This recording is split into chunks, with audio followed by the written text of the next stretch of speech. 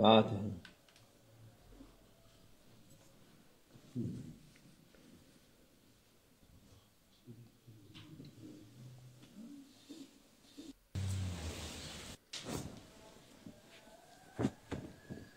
Esselamu Aleyküm.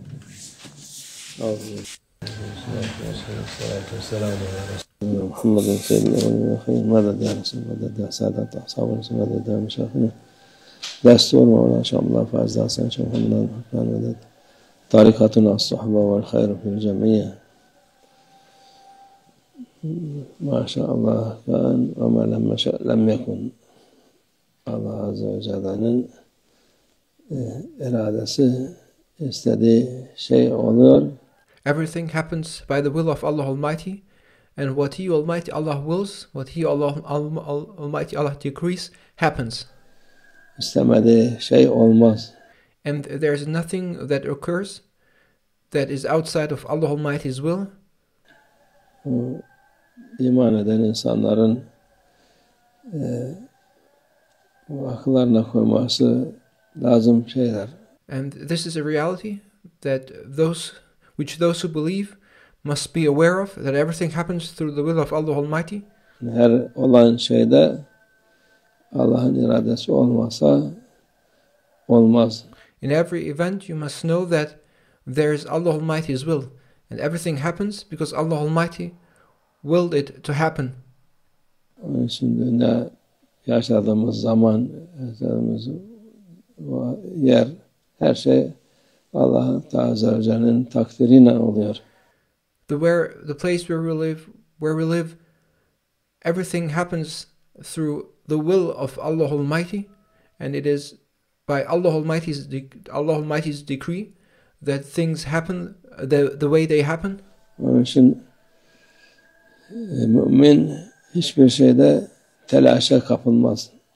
Therefore, a believer should never be worried about anything or should not hasten to any action. Ne oldu, ne kaldı diye hiç teslim olacak ki a believer is not concerned about and not affected by the things that happen, but the believer is in a state of having surrendered to Allah Almighty's will. Eslem teslim demiş Peygamber Efendimiz sallallahu aleyhi ve sellem şeyde mektuplarında. Bu güzel bir şeydir. Teslim ol, selamet bulursun. And our beloved Prophet, peace and blessings be upon him, would write in his letters and state in his letters, surrender and find peace. Yok, şu yaptı, bu yaptı, ne oldu? O sen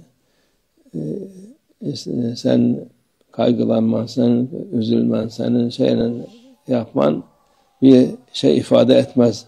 You won't change anything by being worried, by being saddened, by being anxious, or by talking about what others did or what others said.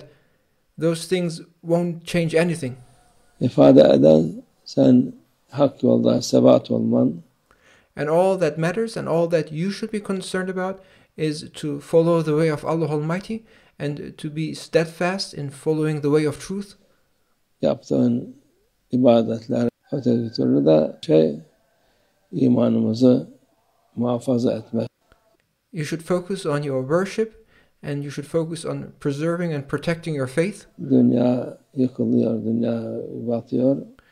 This world is going to get destroyed. This world is underway of being ruined, of being devastated. Umurunuz olmasın. But you should not be affected by any of the events that occur.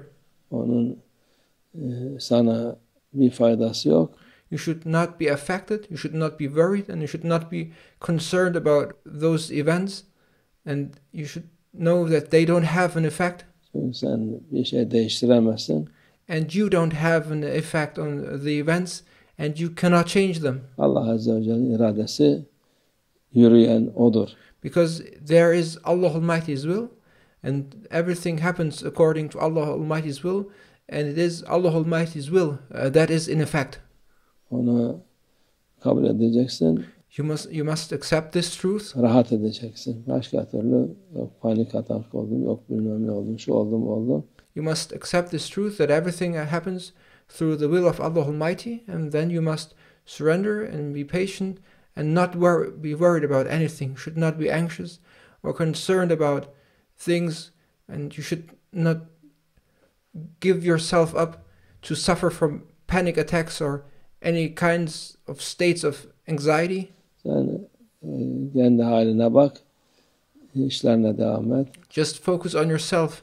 Don't let yourself be influenced by what happens around you. Just focus on yourself and on your responsibilities. Allah'a tevekkül et. And simply trust in Allah Almighty. Allah muhafaza etsin hepimizi. May Allah Almighty protect us all. Allah iman kuvvet versin hepimize. May Allah Almighty strengthen our faith. Bu iman kuvveti olduktan sonra hiçbir şey umuru olmaz insan. And may Allah Almighty give us the power of faith.